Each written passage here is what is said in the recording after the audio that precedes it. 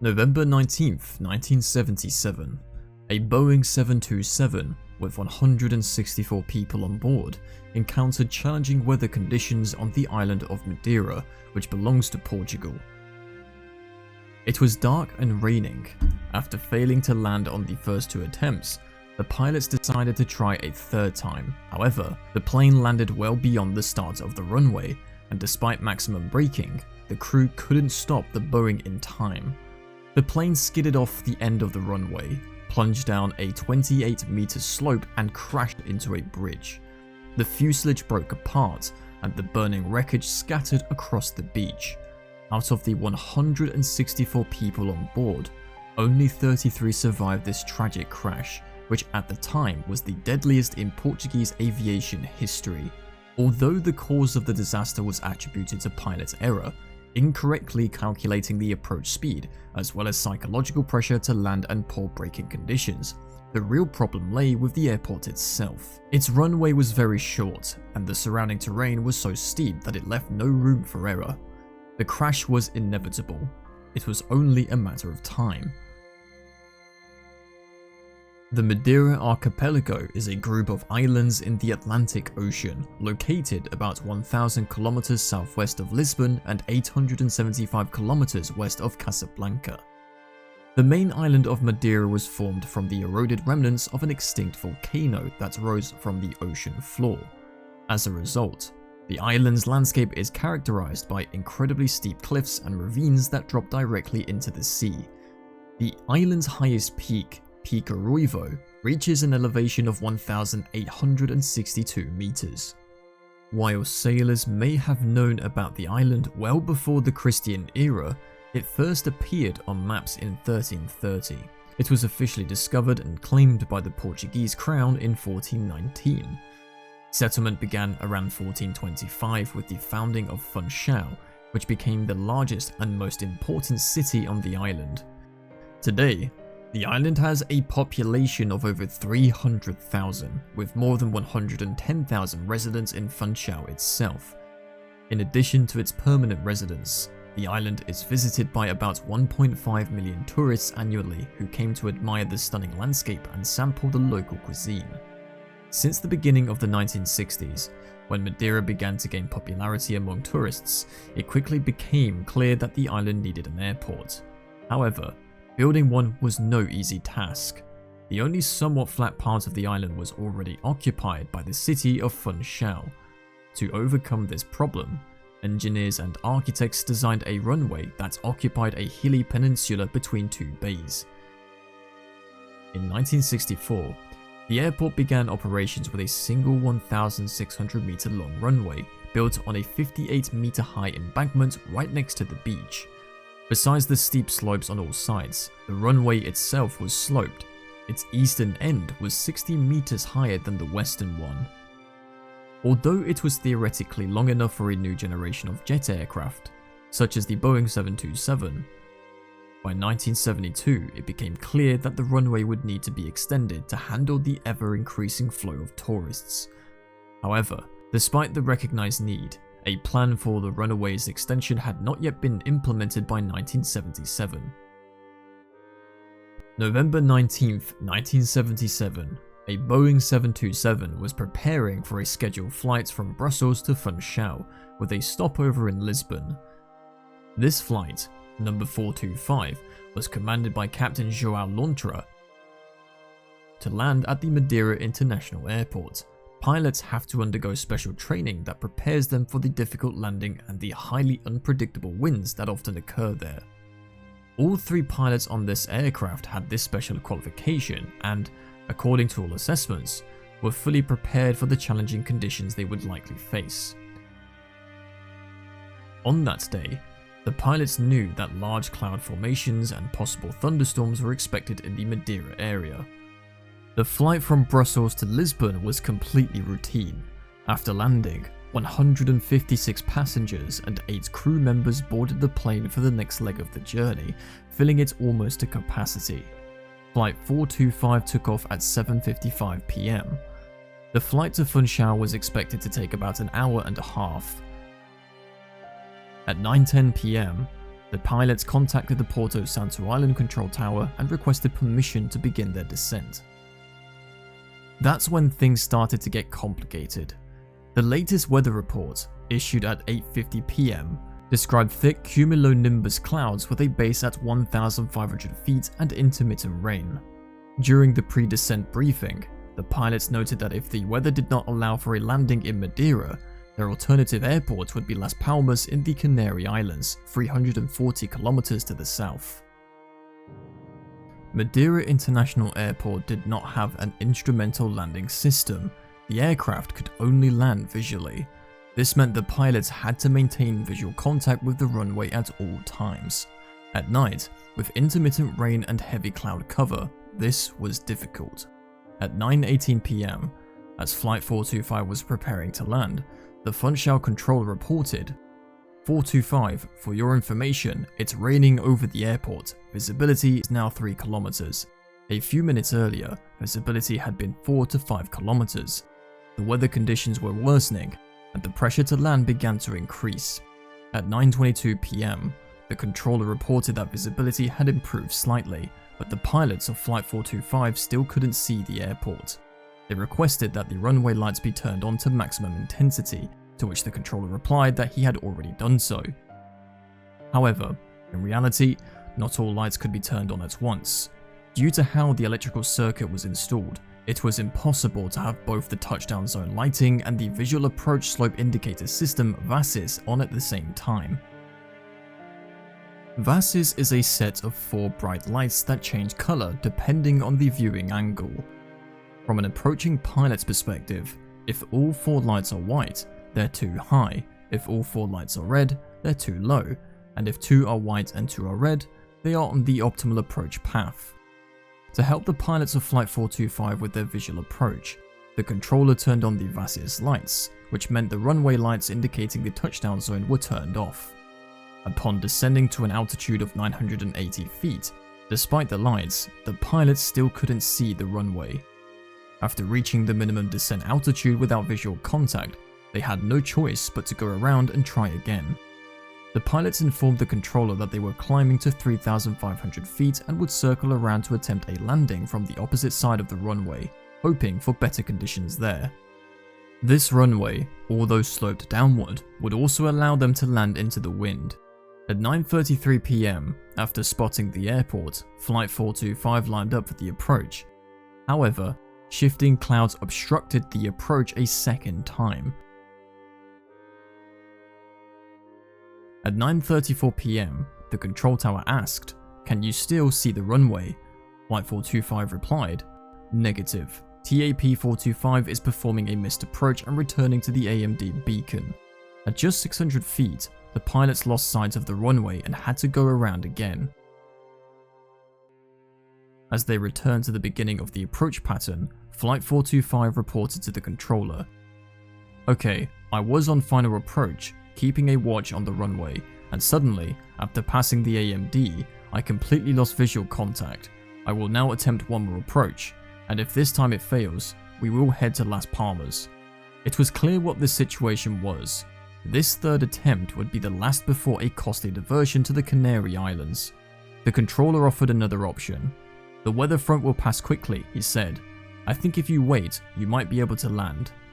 However, the pilots of Flight 425 couldn't afford to wait in a holding pattern for the conditions to improve. The pilot responded over the radio, "I can't. I only have enough fuel for one more approach." Basic flight rules dictate that pilots should not wait or attempt an approach that would force them to land without enough fuel to reach their designated alternate airport. In 1970, the crew of ALM Antillean Airlines Flight 980 made this mistake, attempting to land at Sint Maarten too many times before diverting to the Virgin Islands. The plane ran out of fuel, forcing the pilots to ditch it in the open ocean. 23 people died. The crew of Flight 425 knew that if they waited too long to divert, they might find themselves in a situation where landing in Madeira was impossible and there wasn't enough fuel to reach the nearest airport. Therefore, it would be unwise to wait in a holding pattern and hope for conditions to improve, because what if they didn't? At 9:44 p.m, Flight 425 lined up for its third and final approach. The pilots could clearly see the runway lights. Success was within reach. The air traffic controller reported that a massive downpour had started at the control tower, but the pilots could still see some of the runway lights peeking through the curtain of rain, so they continued the landing. For a moment, they seemed to lose sight of the lights, but at the last minute, the lights reappeared. 425, for your information, the wind on the runway has calmed down, the controller said. Are you going to attempt the landing? Roger, the pilot of Flight 425 responded. I am on final, making my approach. Flight 425 descended at a high speed, crossing the runway threshold 44 kilometers faster than the normal landing speed for this runway in Madeira. The pilots raised the nose of the plane for landing, but due to the high speed and the gentle slope of the runway, the Boeing 727 began to float, flying just a couple of meters above the ground and unable to touch down. The aircraft passed well beyond the normal touchdown zone and finally touched the ground near the middle of the runway, still moving 35 kilometers faster than the optimal landing speed. Even under normal conditions, this would have been risky, but these were not normal conditions. The downpour that had hit the airport a few minutes earlier had left a layer of water on the runway. The runway was designed with transverse grooves to drain water to the sides, but over time these had worn down, allowing some water to run along the runway toward the slope. As a result, when the Boeing 727 finally touched down, it did so on a continuous layer of water. Passengers on Flight 425 later described that there was so much water that it seemed like they were landing in the ocean, not on a runway. When a wheel passes over a layer of water at high speed, a wedge of water builds up in front of the tyre, lifting it off the surface and preventing it from making contact with the runway. The aircraft then begins to slide uncontrollably on the thin layer of water. Flight 425 started hydroplaning immediately after touchdown. When the pilot slammed on the brakes to stop the plane, they were completely ineffective. To reduce speed, the crew applied maximum reverse thrust, but the plane was already out of control. An incorrect rudder movement caused the plane to skid to the right and then back to the left. Flight 425 skidded violently down the runway, rapidly approaching the end with no hope of stopping in time. A few seconds later, the end of the runway was upon them. The Boeing 727 flew off the steep western end of the runway at 145 km an hour, leaving the lives of 160 people hanging in the balance. Too slow to take off, but too fast to stop, Flight 425 rolled off the 28-meter high embankment at the end of the runway, crossed the airport's perimeter road, and its tail struck an old stone bridge over a dry gorge. A powerful impact tore the fuselage into 4 pieces and ripped off both wings. The aircraft's tail remained on the bridge, while the rest of the wreckage stretched onto the rocky beach below. The right wing broke off and fell on the inner side of the bridge, and the cockpit nosedived into the waterline where it was crushed by the collapsing passenger cabin. As the fuel tanks exploded, a fireball erupted over the crashing waves, igniting the debris. Despite everything, some people managed to survive this fiery catastrophe. Several passengers from the last row remained strapped to their seats on the bridge, protected from the raging inferno. A number of others were thrown from the disintegrating plane, with some landing in the ocean, where they also escaped the flames. Among the survivors was 17-year-old Emmanuel Torres, who found himself in the water with only minor injuries. In a spontaneous act of heroism, he grabbed a 2-year-old boy struggling in the waves and swam him to safety. He was not the only one to perform a brave act that night. Eyewitnesses who rushed to the scene fought through fire and smoke to free injured passengers from their seatbelts, pulling them out just in time. The airport firefighters saw the explosion at the end of the runway and drove toward it, but discovered that the plane had fallen off the runway onto the beach. They had to turn around and drive down a different road to reach the crash site. When they arrived, local police and firefighters were already there and had begun rescuing the survivors. Families of the passengers waiting for their loved ones soon gathered at the airport, devastated and desperately eager for news. To comfort them, Rescuers told them that there were many survivors, even though they knew this was a lie. In total, rescuers and the survivors themselves managed to save the lives of 31 passengers and 2 flight attendants, most of whom had serious injuries. However, this paled in comparison to the 131 who perished, including all 3 pilots, whose bodies were never found. At the time, this was the deadliest aviation disaster in Portuguese history, a catastrophe that shook the entire country. Everyone was left with questions. Was Madeira International Airport dangerous? A report by the Portuguese Civil Aviation Agency (DGCA) uncovered a combination of unfavorable factors that led to the crash of Flight 425. The excessive speed during the landing resulted in a delayed touchdown, which would have required optimal braking conditions to stop in time. However, poor drainage on the landing surface and a potentially dangerous buildup of rubber on the runway prevented the aircraft from slowing down normally.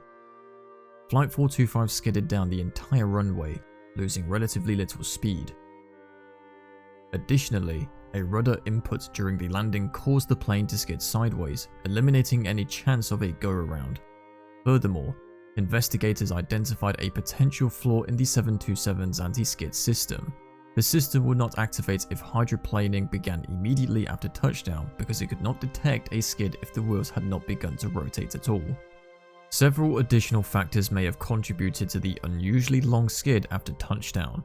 First, the absence of touchdown zone lighting, it was turned off to activate the VASIS, may have misled the pilots about the location of the touchdown zone. Second, the pilots were slightly delayed in deploying the spoilers and speed brakes, which helped reduce lift and force the aircraft down onto the runway. Third, they retracted the flaps before touchdown, which reduced drag and made it harder to slow down. When this long list of factors is put together, it became clear how Flight 425 could have slid off the runway at 145 km an hour. However, the official investigation did not thoroughly examine any of these factors. For example, the agency did not try to explain why the pilots may have landed 35 km faster than normal. Were they not watching their speed, or did they do it on purpose? It is likely that under pressure to land, they became overly focused on trying to maintain visual contact with the runway and didn't look at their airspeed during the final minute of the approach. The official report also said little about the worn grooves on the runway, which indicated that Madeira International Airport was not maintaining the runway. Although it was acknowledged that the resulting poor drainage could have contributed to the disaster, the investigation did not try to determine why the grooves were left worn, which led some to believe that the agency was deliberately avoiding the topic. In its final report, the agency made only 3 recommendations: that the airport should consider modifying its landing aids so that the VASIS and touchdown zone lighting could be used simultaneously, that strict adherence to minimums for approaches at Funchal be emphasized, and that weather observation in the area be improved. None of these recommendations truly addressed the fundamental issues that caused the accident. In short, the investigation failed to consider the broader context. While certain errors and unfortunate circumstances directly led to the disaster, the outcome was in fact inevitable due to the lack of adequate safety measures at the airport.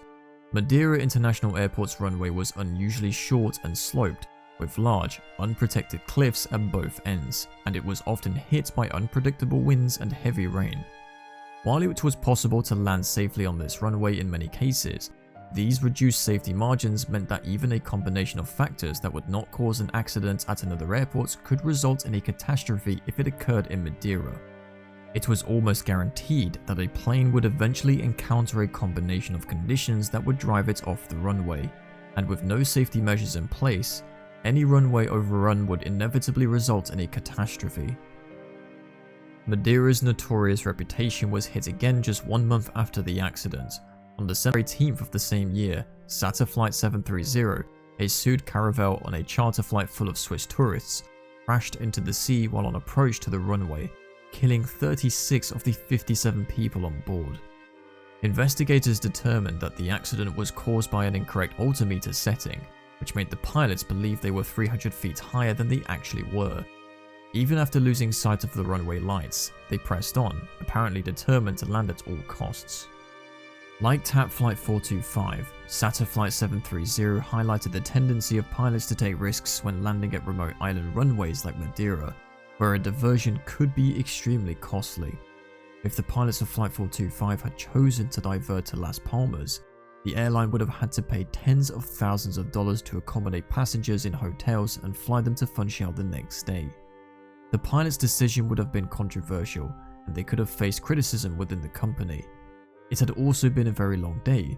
The crew of Flight 425 had been on duty for more than 13 hours at the time of the crash. They were likely looking forward to a comfortable hotel bed. They succumbed to get-there-itis, a fatal disease that has led countless pilots to take uncalculated risks in an attempt to shorten a long workday. Over the next 14 years, the airport implemented an ambitious plan to extend the runway by more than 900 meters by building a concrete bridge suspended over the bay on pillars. Engineers drilled the support piles 18 meters into the ground to anchor them in the rock, creating a solid foundation for several hundred concrete columns that would hold up the elevated runway surface. In 2000, when this exceptional project was finally completed, the Madeira runway met international airport standards and could accommodate heavy aircraft such as the Boeing 747. Today in Madeira, you can have the unique experience of driving on the main island highway underneath the runway while large planes land directly above you.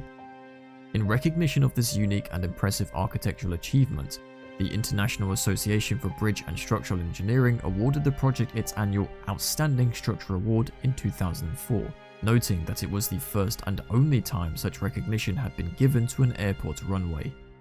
Today, at Madeira International Airport, which was recently renamed in honor of footballer Cristiano Ronaldo, the likelihood of a similar incident is much lower.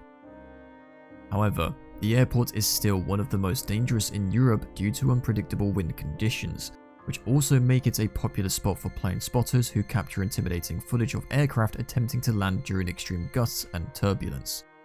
Certain requirements remain in effect. Only captains who have had completed special simulator training before flying to Funchal are allowed to take off and land, and maximum braking power must always be used during landing.